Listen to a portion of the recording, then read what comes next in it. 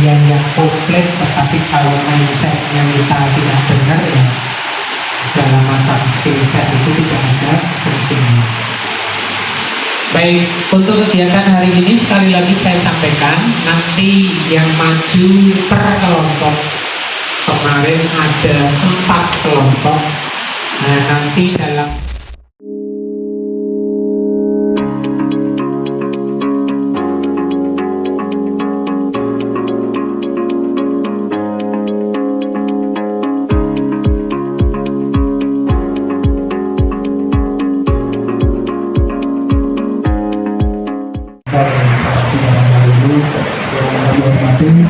rekan-rekan beserta NOT, ASN Politika, di SMA, dan juga Bogor. Baiklah, untuk meningkat waktu pada kesempatan kali ini, kami kelompok 1 akan mempresentasikan RHK. Yang pertama adalah kelompok 1 ada Bu Sri Mariami SPDPD, ada Bu Nyaini, ada saya Pak Abdono, ada Pak Arif dan SPD. Baiklah, untuk pemateri adalah dari Bu Sri Mariami, saya sendiri selaku moderator, dan Bu Nyaini selaku moderator. Untuk pembahas adalah Bapak Arif dan untuk waktu kami persilakan pada Bu Mariami. Baik, bismillahirrahmanirrahim. Assalamualaikum warahmatullahi wabarakatuh. Waalaikumsalam. Salam dan bahagia bagi Bapak Ibu. Hebat. Bahagia ya Bu, Pak. Dan yang kami hormati Bapak Mentor, Bapak Joko Budi, SPD MPD yang telah membersamai kita semua. Mohon izin perkenalkan kami dari kelompok 1 dari SMK Negeri 1 Purwokerto akan mempresentasikan hasil laporan orientasi nilai dan etika P3K SMK Negeri 1 Purwokerto tahun 2024. Nah, ini yang pertama nanti akan saya sampaikan. Saya pribadi bernama Sri Mariani dari SMK Negeri 1 Purwokerto. Next. Berikut tentang pengelolaan kinerja. Pengelolaan kinerja dalam Undang-Undang Nomor 20 Tahun 2023 tentang ASN. Nah, kita termasuk dari ASN ya Bu, bahwa dilaksanakan untuk pencapaian tujuan dan sasaran organisasi, yaitu melalui 1. Peningkatan hasil kerja dan perbaikan perilaku secara berkelanjutan. Kemudian kedua adalah untuk penguatan peran pimpinan, dan yang ketiga penguatan kolaborasi antar ASN baik pimpinan ataupun pegawai. Next. Kemudian pengelolaan kinerja ini berorientasi pada 4 hal. Yang pertama terkait hasil dan perilaku kerja ASN. Kemudian yang kedua pengembangan kinerja, dan yang ketiga pemenuhan ekspektasi pimpinan dalam rangka pencapaian kinerja organisasi, dan yang terakhir adalah dialog kinerja yang aspiratif. Oke, dan di sini penilaian kinerja di lingkungan Provinsi Jawa Tengah itu ada 2, terkait penilaian SKP dan penilaian PKSP 360 derajat. Nah, penilaian SKP ini berdasarkan Permenpan Nomor 6 Tahun 2022, yaitu tentang pengelolaan kinerja, dan mulai diterapkan dengan aplikasi e-kinerja yang sudah biasa kita kenal sejak keluarnya surat Kepala BKN nomor 3016/B/M01/SD/C111/2022 tentang kunjungan tim closing aplikasi kinerja tanggal 9 September online tahun 2019, dan penilaian ini dilakukan setiap semester, yaitu penilaian terhadap peran sejawat atau juga pimpinan. Selanjutnya, next. Di sini saya menyampaikan rencana kerja tahunan secara pribadi. Unit kerja saya di SMK Negeri 1 Purwokerto, jabatannya adalah ahli pertama untuk matematika, dan masa kontraknya 5 tahun yang kita sama dari tahun 2023 sampai 2028. Oke. Ini tujuan instansi yang kami ambil dari IKI. IKI ini adalah IKI dari sekolah SMK Negeri 1 Purwokerto, ada 9 yang sama untuk tokoh-tokohnya. Yang pertama, membekali peserta didik dengan keimanan, ketakwaan, dan pengamalan ajar agama. Yang kedua, mengembangkan budaya sekolah yang religius Yang ketiga, menyelenggarakan berbagai kegiatan sosial. Kemudian yang keempat, memanfaatkan dan memelihara fasilitas yang mendukung proses pembelajaran TIK. Yang kelima, melaksanakan kegiatan praktik sesuai bidang keahliannya. Karena menyelenggarakan kegiatan pembelajaran orientasi pada pencapaian kompetensi. Yang ketujuh, menyiapkan peserta didik agar mampu memilih karir atau mampu melanjutkan ke jenjang pendidikan yang lebih tinggi. Dan kedelapan, menumbuhkan kesadaran pentingnya lingkungan hidup yang bersih, nyaman, dan yang terakhir, membudayakan lingkungan yang bersih, indah, dan nyaman. Next, tadi adalah tujuan instansi. Dan di sini RHK pimpinan yang diintervensi semua sama dari SMK Negeri 1 Purwokerto, yaitu adalah tersusunnya kurikulum operasional satuan pendidikan atau KSP yang berorientasi pada peningkatan pembelajaran secara partisipatif. Next, ini untuk RHK saya pribadi itu untuk 1 tahun ada 6. Yang pertama, tersusunnya kurikulum operasional satuan pendidikan yang berorientasi pada peningkatan pembelajaran secara partisipatif. Kedua, terlaksananya pembelajaran sesuai dengan KSP.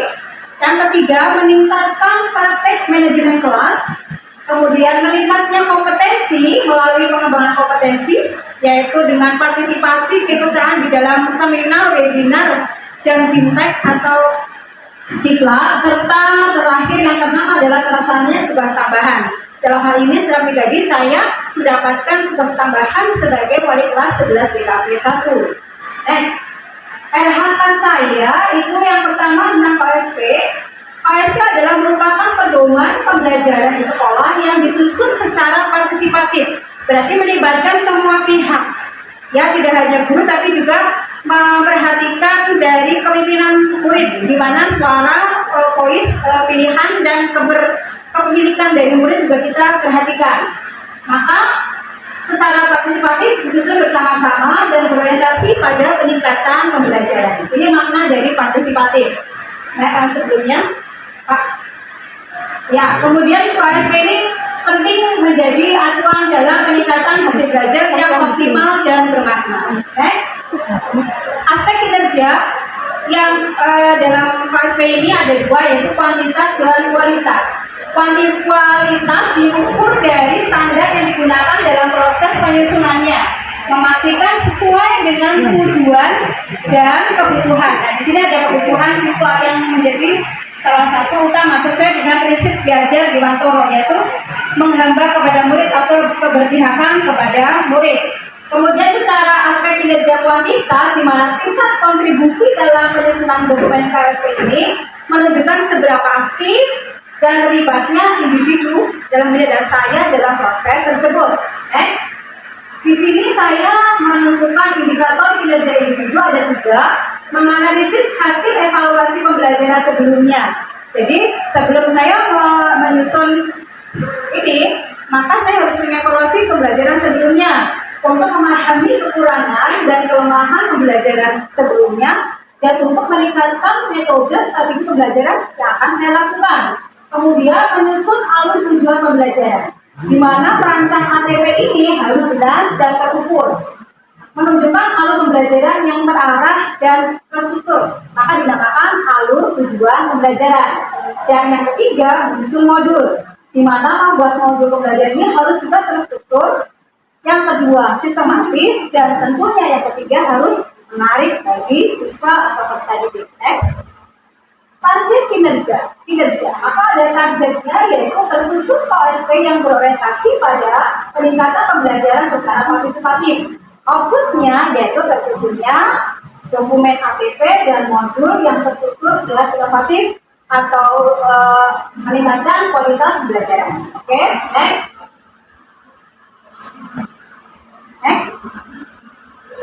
Ya, kegiatan dan tahapan sama ya, ada analisis hasil KSP yang lama. Kemudian penyusunan ATP dan penyusunan modul. Next, outputnya sama, tadi ada modul dan ATP. Kemudian terakhir, next, penerapan nilai akhir akhlak ada 7, tapi saya ambil 5, yaitu nilai kolaboratif, kebebasan bekerjasama dengan teman sejawat untuk menyusun modul dan APP. Harmonis menghargai pendapat dari teman sejawat lainnya meskipun berbeda pendapat. Loyal, bagaimana saya mengembangkan modul dan APP ini dengan tetap berpedoman pada CP dari pusat, dan adaptif, di mana saya selalu berusaha untuk berinovasi dan mengembangkan modul dan APP ini dengan kreativitas dalam pembelajaran. Dan yang terakhir adalah kompeten, ya, di mana saya selalu berusaha untuk mendampingi siswa dalam pembelajaran, memberikan bimbingan dan bantuan untuk mencapai hasil belajar secara optimal. Oke, next, terakhir, ketiga, kesimpulannya bahwa dengan melalui penerapan nilai-nilai bermanfaat, proses penyusunan KOSP yang berorientasi pada peningkatan pembelajaran dapat berjalan dengan efektif dan berdampak positif pada kualitas pembelajaran. Oke, itu dari saya. Mungkin nanti akan dilanjutkan dengan paparan HK dari rekan saya, Bapak Arif Dana. Monggo Pak Arif Dana.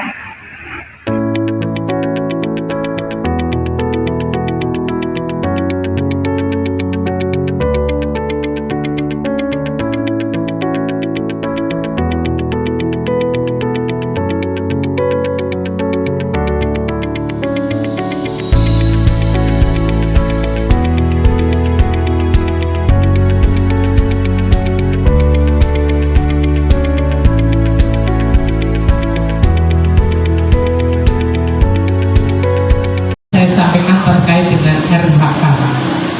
RHK itu tadi apa simpelnya? Dilihat dari kepanjangannya apa? Rencana hasil kerja. Yang direncanakan apanya? Hasilnya. Berarti ikhtiarnya itu adalah berbentuk proses. Coba Bapak Ibu sekali-kali jangan berpikir mindsetnya tentang administratifnya. Tetapi yang namanya guru itu memang hukumnya wajib punya perencanaan hasil anak kita itu nanti mau jadikan seperti apa itu. Dan hakikatnya semua orang yang menjalani hidup itu memang harus punya RHK, iya nggak? Kalau satu hari saja kita bisa naik